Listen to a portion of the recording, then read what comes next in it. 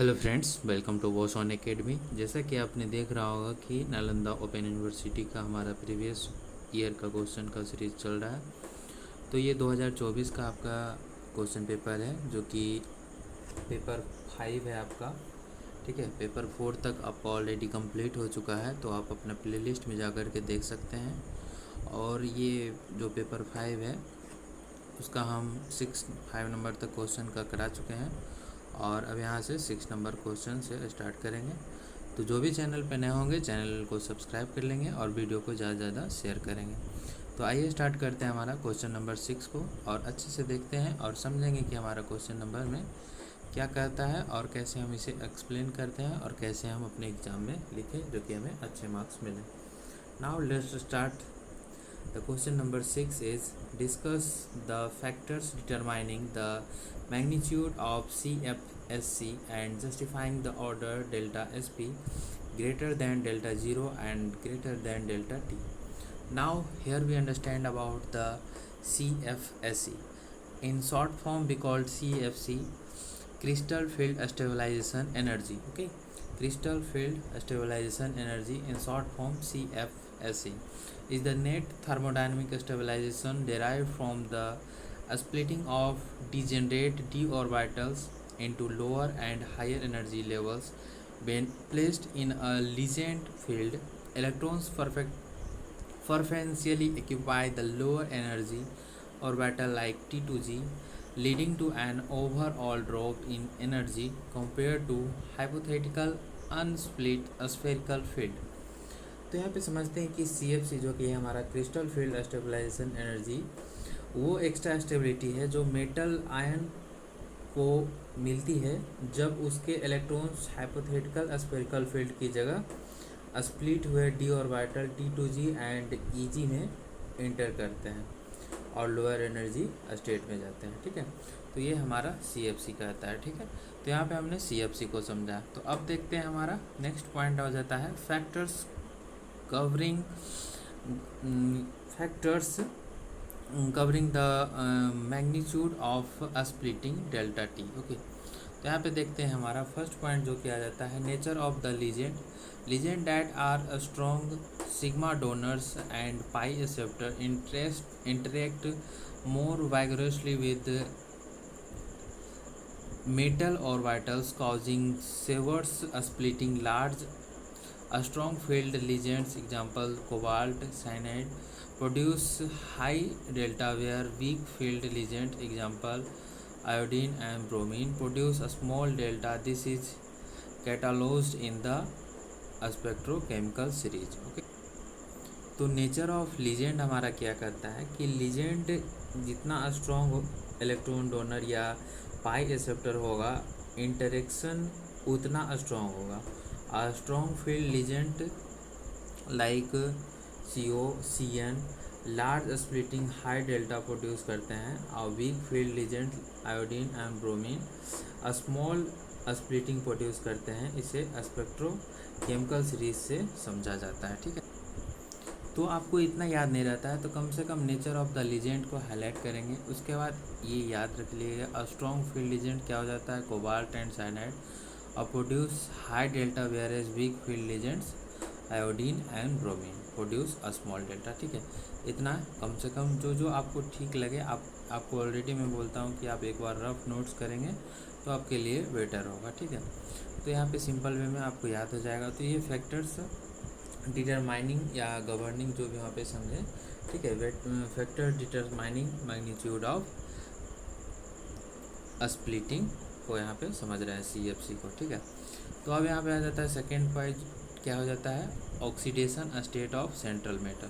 तो इसे समझते हैं an increase in the positive charge on the central metal ion pulls the ionic और polar ligands closer, a shorter metal ligand distance exponentially increase electrostatic repulsion on the axial d orbital, leading to greater splitting. Example delta for iron 3 plus greater than the delta for Fe plus 2. Usually a unit increase in charge increases delta by roughly 30% to 50%. Okay, तो हमारा क्या कहता है oxidation of central metal.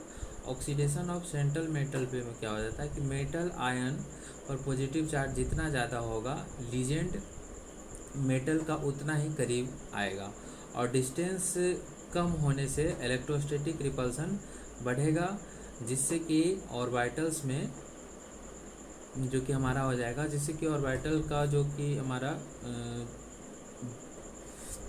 बढ़ जाएगा, ठीक है। और डेल्टा जी जो कि हमारा हो जाएगा कि ऑर्बिटल्स में स्प्लिटिंग जस्ट बिट इलेक्ट्रोस्टैटिक जो कि यहाँ पे आ जाता है where is electro strong field ligands example cobalt and cyanide जो कि हो जाएगा हमारा तो बढ़ जाएगा। और एग्जाम्पल जो कि दिखा रहा है कि iron +3 is greater then the Fe2+ जो कि है, ठीक है। Fe+3 is greater then the Fe2+, और जनरली चार्ज +1 बढ़ने फिर 30% से 50% बढ़ जाता है, ठीक है। तो इस तरह से हमारा oxidation state of central metal था।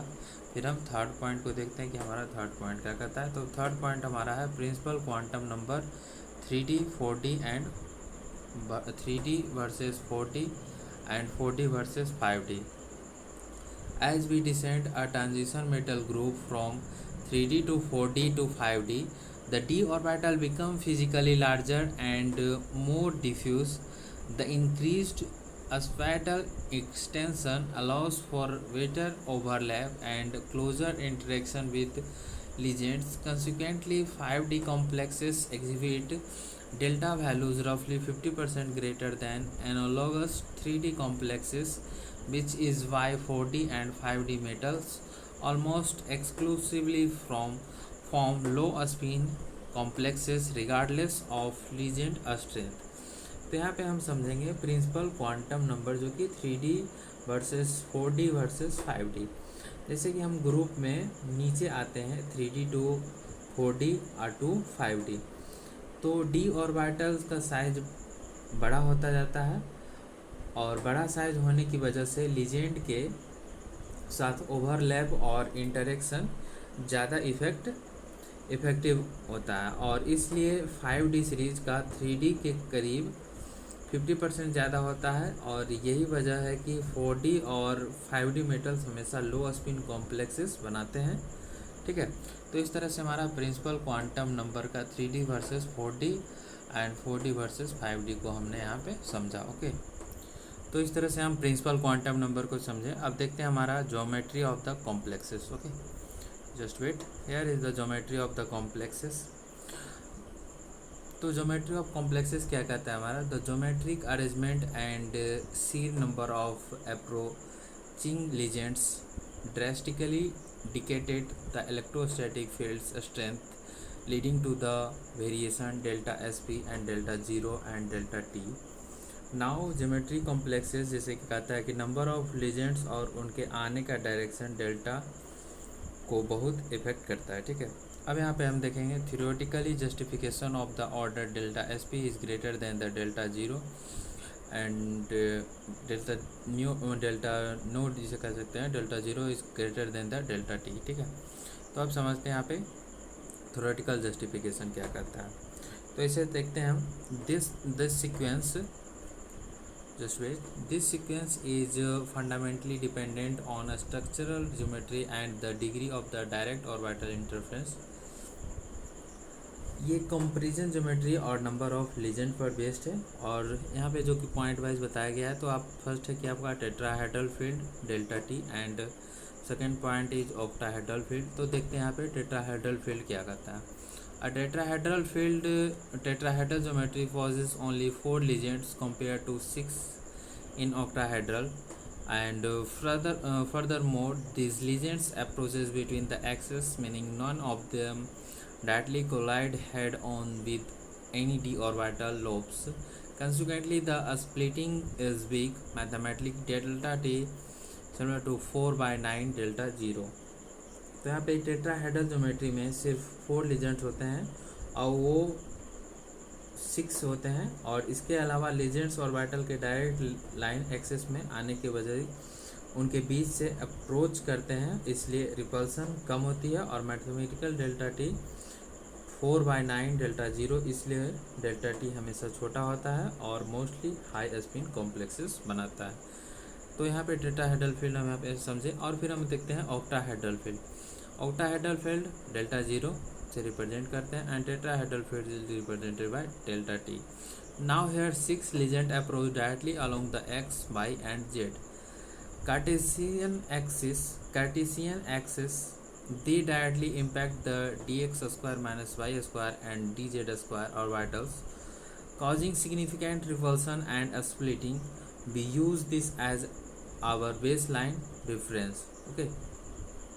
तो यहाँ पे ऑक्टाहेड्रल फील्ड को समझते हैं कि ऑक्टाहेड्रल फील्ड क्या करता है। इसमें 6 लेजेंड बिल्कुल एक्सिस एक्स वाई जेड के अलोंग अप्रोच करते हैं और सीधे टक्कर direct head on collision with dx square minus Y square and dz square orbital की वजह से स्प्लिटिंग अच्छी खासी होती है और इसे हम रेफरेंस मानते हैं 1.0 डेल्टा जीरो। ओके, नाउ तो इस तरह से हम यहाँ पे tetrahedral field delta T and octahedral field delta zero को समझें। And now next one is a square planar field. A square planar field is represented by delta SP.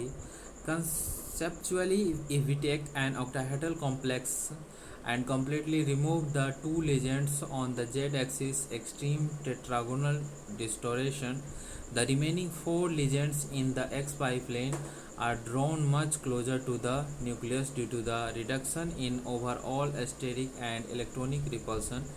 This abnormally close proximity cause massive electrostatic repulsion directed squarely at the dx square minus dy square orbital, elevating its energy astronomically. Due to this severe distortion, delta sp 1.3 delta zero. Okay, तो इस तरह से हमारा क्या आ जाता है square planar field, square planar splitting. अगर हम ऑक्टाहेड्रल कॉम्प्लेक्स में से जेड एक्सिस को वाले 2 लीजेंड को हटा दें तो एक्स एंड वाई प्लेन में बचे हुए 4 लीजेंड्स को हम एक्स वाई प्लेन पे ड्रॉ करेंगे।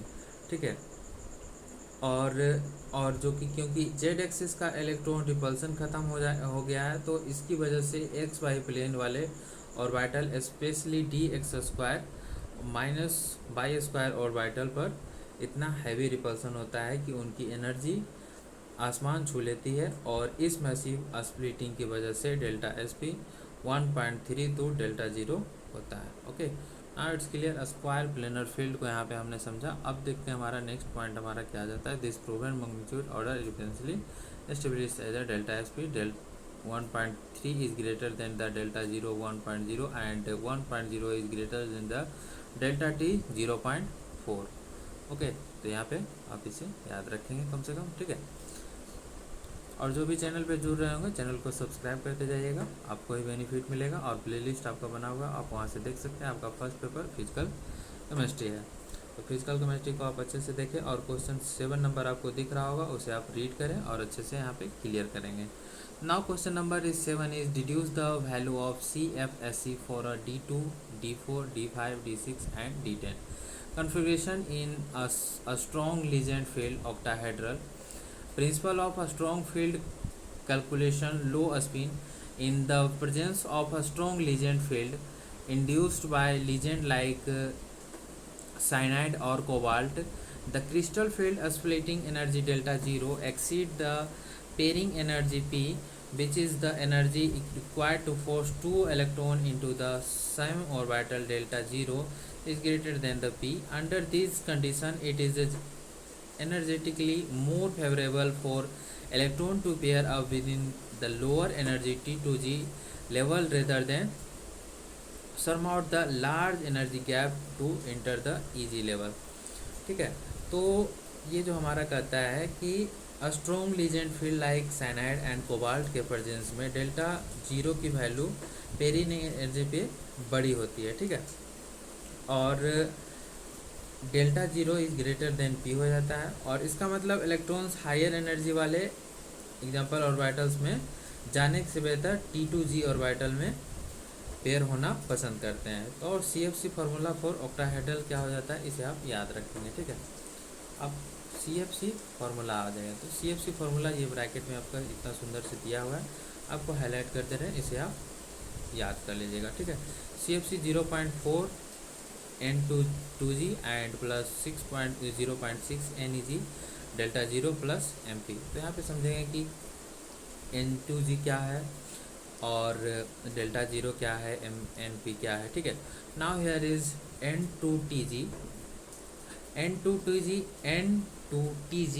number of electrons in the T2G orbital stabilized by 0.4 delta 0 H को रिप्रेजेंट करता है, and NEG equal to number of electrons in the EG orbital destabilise by 0.6 delta 0 H को represent करता है, and M represent the number of extra electrons pair from compare to the degenerate free ion, and P is represent to meaning pairing energy per pair. Okay, now it's clear.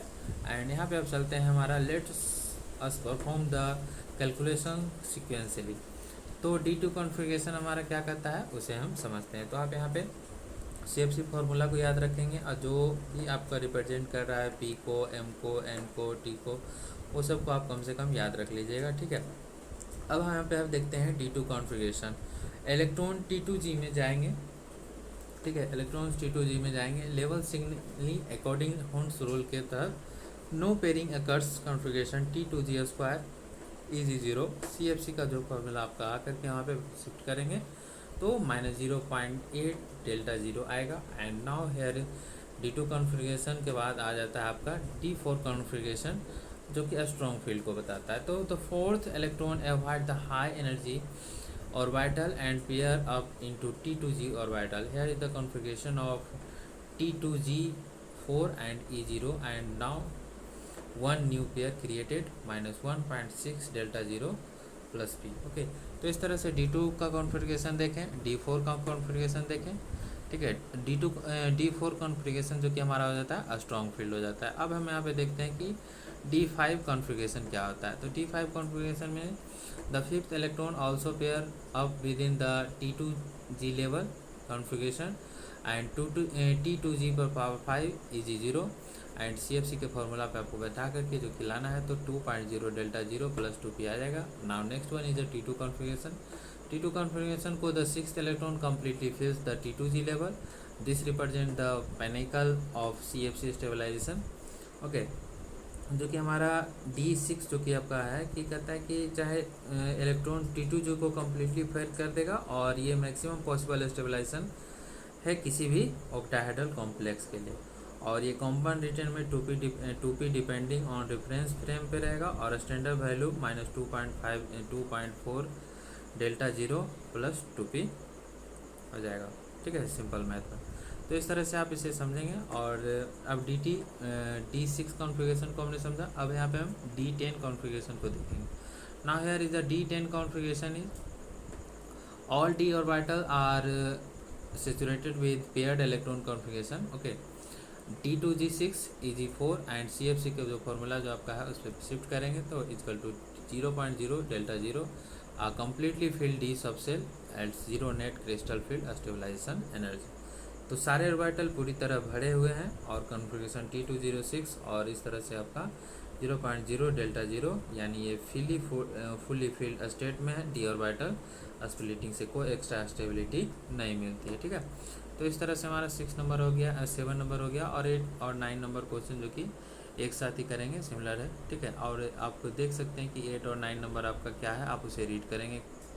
तो question आप देख रहे हो कि multiplet width के बारे में हमारा 8 नंबर जो कि आपके पास होगा, आपके पास क्वेश्चन मैंने जो भी आप लोग को जो कि आपका ऐसे भी NOA के वेबसाइट पे आपका है, जो वहाँ पे आप देख सकते हैं, ठीक है। प्रीवियस ईयर क्वेश्चन आपको अपलोडेड है, तो आप वहाँ से देखें। तो explain the multiple width and explain the population of J level in the context of KT, context to KT, ठीक है। तो यहाँ पे इसको हम समझेंगे, और जो कि ये लिंक है हमारा 9 से भी, इसलिए एक ही साथ इसको कर रहे हैं, ठीक है। तो अब देखते हैं हमारा multiple width versus thermal energy को यहाँ पे हम समझते हैं, ठीक है। आपके पास स्क्रीन पे ऑलरेडी दिख रहा है, तो उसे आप एक बार रीड करें और समझें कि multiplet width of thermal energy KT क्या होता है। ठीक है, तो यहाँ पे हम समझते हैं कि multiplet width versus thermal energy KT, जो कि बहुत ही इम्पोर्टेंट हो जाता है। तो इसे हम देखते हैं कि due to a spin orbit, just wait मैं ले लेते हैं, and here is a spin orbit L S coupling a spectroscopic term Eg 3f splits into multiple closely spaced energy level characterized by different g values. Example G is equal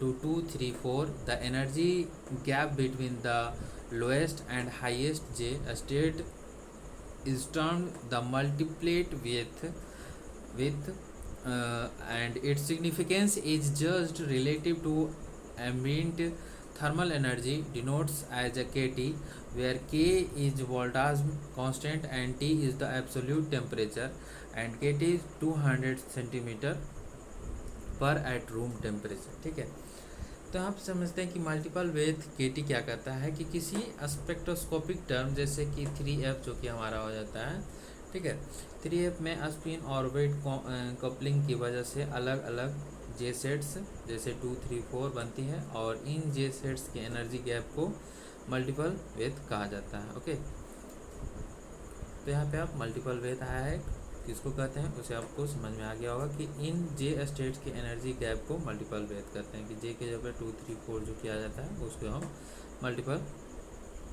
मल्टीप्लीट width कहते हैं। ठीक है, तो यहाँ पे आप समझते हैं कि अगर जो कि के टी यहाँ पर थर्मल एनर्जी को रिप्रेजेंट करता है, तो के वोल्टाज में कॉन्स्टेंट है और टी जो कि टेम्परेचर केल्विन है, और रूम टेम्परेचर पे इसकी वैल्यूज अप्रोक्स 200 सेंटीमीटर पर होती है। ठीक है, अब हम देखते हैं कि if multiplicity width is greater than K T. Okay, तो यहाँ पे हमारा आ जाता है कि thermal energy is entirely insufficient to prompt electrons to higher excited J states. Consequently, only the absolute ground state is populated. The magnetic properties really slowly on the lowest state, typical for heavier lanthanides. तो यहाँ पे हम समझते हैं कि thermal energy इतनी नहीं होती है कि इलेक्ट्रॉन्स एक्साइटेड जे स्टेट्स में जंप कर सके, इसलिए मॉलिक्यूल सिर्फ सबसे लोएस्ट ग्राउंड जे स्टेट में रहता है, और एग्जांपल इसका हैवियर एलिमेंट्स लैंथेनाइड्स हो जाता है। ठीक है, तो अब हम समझते हैं कि अभी इसको हम समझें if multiplet width is greater than K T. अब नेक्स्ट हमारा पॉइंट आ जाता है if multiplet width K T. Okay, तो thermal energy is sufficient to exceed electron populating higher J state according to Boltzmann distribution. When calculating magnetic moment a weighted thermal average of all populated J states must be computed. Example anomalous behavior of europium and samdum। तो यहाँ पे क्या करता है if multiplied weight is equal to kT and thermal energy इतनी नहीं होती है कि इलेक्ट्रॉन्स एक्साइटेड जे स्टेट में जंप कर सके, और इसलिए मॉलिक्यूल सिर्फ सबसे लोएस्ट ग्राउंड जे स्टेट में रहते हैं। एग्जाम्पल जो कि हमारा हो जाता है एनोमलस एंड यूरोपियम एंड सैमडियम। ठीक है, तो इस तरह से हम इसको हम समझे। अब हम हमारा 8 नंबर का क्वेश्चन इस तरह से था, और 9 भी इससे लिंकेज है, तो यहाँ पे देखेंगे ध्यान से। तो 9 नंबर क्वेश्चन आप निकाल लेंगे अपने, आपका रखा हुआ है वेबसाइट पे, वहाँ से आप डाउनलोड करके देख सकते हैं।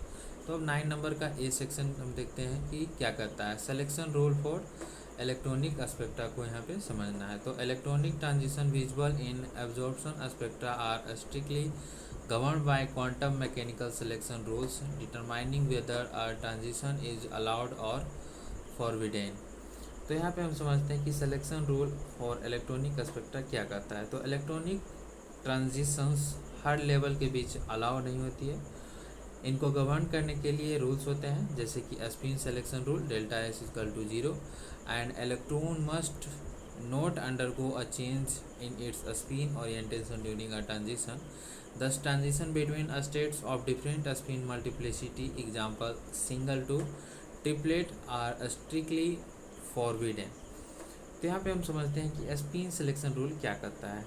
ठीक है, ट्रांजिशन के दौरान इलेक्ट्रॉन अपने स्पिन चेंज नहीं कर सकता है और डेल्टा एस इक्वल टू 0 हो जाता है, यानी मल्टीप्लिसिटी सेम रहनी चाहिए और सिंगलेट को सिंगलेट अलाउड और सिंगलेट टू ट्रिपलेट फॉरबिडन होता है। ठीक है, तो इस तरह से ये फर्स्ट पॉइंट हमारा हो जाता है selection rule for electronic spectra का।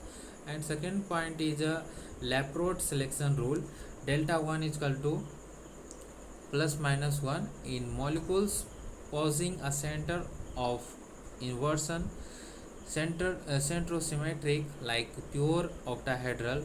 Transition are only allowed between orbitals of different parity, example G grade to U ungrade, and transition between identical orbital like DD transition where both RG are formally forbidden. Okay, तो यहाँ पे हम देखते हैं कि लेपोरेट selection rules क्या करता है कि लेपोरेट सिलेक्शन रूल्स हमारा कहता है कि सेंट्रोसिमेट्रिक मॉलिक्यूल जैसे ऑक्टाहेड्रल में सिर्फ ऑन ऑर्बिटल के बीच ट्रांजिशन अलाउड हो जिनकी की पार्टी चेंज हो रही है, U is greater than G या G is greater than U। तो यहाँ पे हो जाता है कि डेल्टा 1 इक्वल टू ±1 होना चाहिए और DD ट्रांजिशन जहाँ दोनों D ऑर्बिटल G सिमेट्री के होते हैं। ठीक है, बोथ आर जी आर फॉर्मली फॉरबिडन। तो यहाँ पर हमने ये 2 पॉइंट हमारा selection rules for electronic spectra में हमने समझा। अब हमारा आ जाता है रूल रिलैक्सन। तो यहाँ पे रूल रिलैक्सन क्या कहता है, तो यहाँ पे समझते हैं rule relaxation, nature permits partial violation of this rule, the Laporte rule is relaxed by vibronic coupling, asymmetric vibration temporarily destroy the center of symmetry resulting in pale colors. The spin rule is relaxed by a strong spin orbit coupling, especially in heavier transition metals. तो यहाँ पे समझते हैं कि relaxin of rules, nature में perfect कुछ नहीं होता, vibronic coupling unsymmetrical vibration bond को बेंड कर देता है और इस वजह से सेंटर ऑफ सिमेट्री ब्रेक हो जाता है और इसलिए लेपोरेट रूल थोड़ा रिलैक्स हो जाता है और हमें लाइट कलर्स दिखते हैं और स्पिन ऑर्बिट कपलिंग की स्पिन रूल थोड़ा रिलैक्स हो जाता है। ठीक है, तो ये हमारा रूल रिलैक्सन करता है और इस तरह से हमारा 9A का सेक्शन कंप्लीट होता है और 9B में हम यहाँ पे समझते हैं कि 9B में हमारा क्या करता है। तो 9B में जो पॉइंट है the spectrochemical series. Now here we discuss about the spectrochemical series. The spectrochemical series is an experimentally derived arrangement of legends ordered by their capacity to induce d orbital splitting delta in transition metals.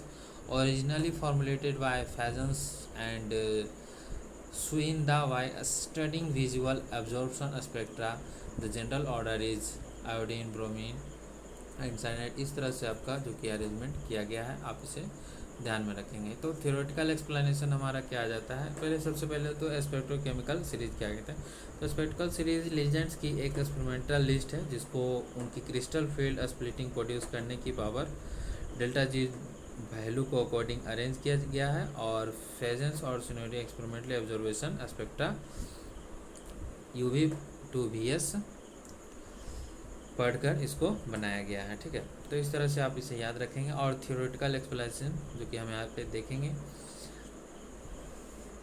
तो theoretical explanation जो कि है simple, CFT fails to rationalize this order because it predicts ionic legends should cause the most repulsion, largest splitting. The legend field theory MOT successfully explain it. Halogens are alpha donors, they are donate exponential gap. तो इस तरह से आप इसे read करेंगे। ठीक है, ये 2 पॉइंट 3 पॉइंट में आपको दिया हुआ है, तो इसे रीड करके आप यहाँ पे समझेंगे कि हेलोजन आर जो कि F और OH should cause the most.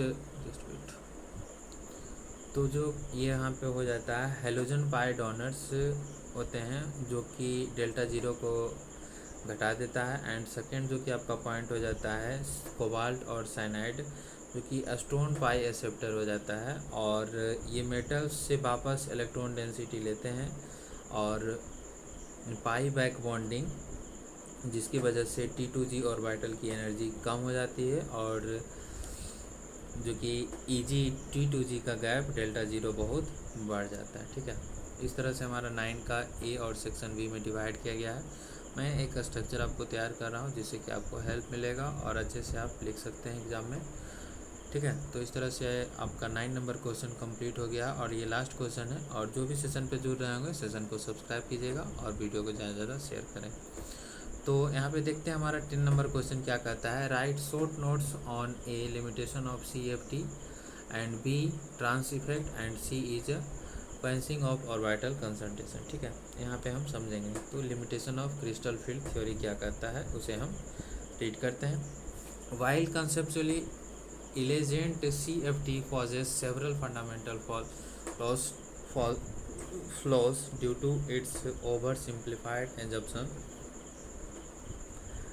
First point is exclusively ionic assumption. CFT operates under the strict assumption that metal legend interaction are purely electrostatic, treating legends as a point charge or point dipoles. It entirely ignored covalent orbital overlap, which is undeniably present in all coordination complexes. तो limitation of crystal field theory जो कि हमको बतलाता है कि CFT एक simple और successful model था, पर इसकी कुछ मेजर शॉर्ट कमिंग थी जिसके कारण ये फेल हुआ। तो ओनली आयोनिक एजम्पशन जो कि कहता है हमारा, तो कि CFT एज्यूम करता है कि जस्ट वेट, ठीक है, CFT एज्यूम करता है कि मेटल लीजेंड बॉन्ड प्योरली 100% आयनिक है और लीजेंड्स को पॉइंट चार्ज या पॉइंट डायपोल्स मानते हैं। ये सच नहीं है और प्रैक्टिकली सभी कॉम्प्लेक्स में कुछ कोवेलेंट कैरेक्टर होते हैं। ठीक है, इस तरह से हमारा ये सब पॉइंट है जो कि आपको समझना है और पॉइंट वहाँ पे मेंशन करना है।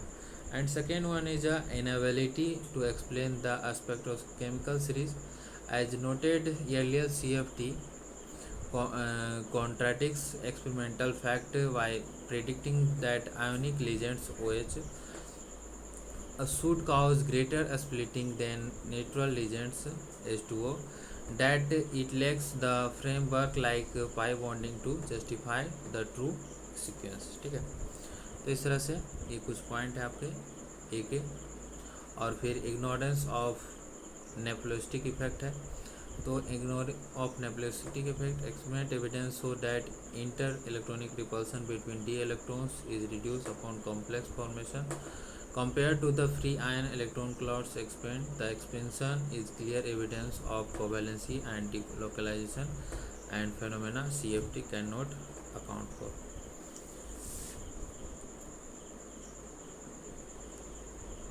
तो यहाँ पे नियो फेलिसिटिक इफेक्ट जो कि कहता है, ये इफेक्ट दिखाता है कि कॉम्प्लेक्स बनने पर मेटल के d ऑर्बिटल एक्सपेंड डिफ्यूज हो जाते हैं और इलेक्ट्रॉन रिपल्सन कम हो जाता है, और ये क्लियर प्रूफ है कि कोवेलेंसी जो CFT कंसिडर नहीं करता है। तो इस तरह से हमारा 10 का जो कि हमारा सेक्शन 1 कंप्लीट हुआ है। अब हमारा सेक्शन बी जो किया जाता है ट्रांस इफेक्ट। ट्रांस इफेक्ट हमारा क्या कहता है उसे हम समझते हैं। The trans effect is a primarily observed just weight observed in square planar complexes, especially those platinum 2.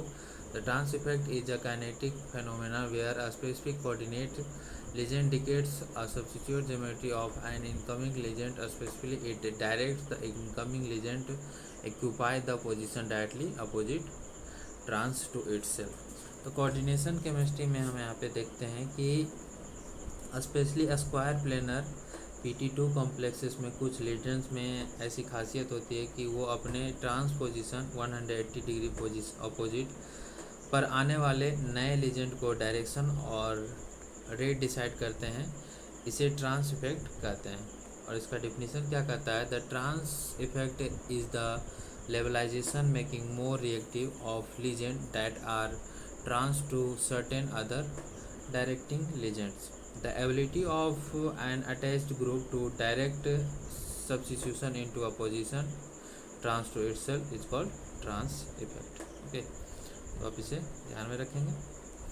तो यहाँ पे अब आ जाता है हमारा, ये हमारा मैकेनिस्टिक थ्योरी है, उसे आप पॉइंट वाइज बताया गया, उसे आप देखेंगे और समझेंगे कि क्या करता है। ठीक है, तो हमारा क्या हो जाता है कि मैकेनिस्ट थ्योरी में हमारा आ जाता है इलेक्ट्रोस्टैटिक पोलराइजेशन थ्योरी। तो ये क्यों हमारा आ जाता है कि large highly polarized stable polarized legends, just wait, polarizable legends induce a dipole in the metal pushing electron density toward the transposition theory, thereby repelling and weakening the trans ground state bond।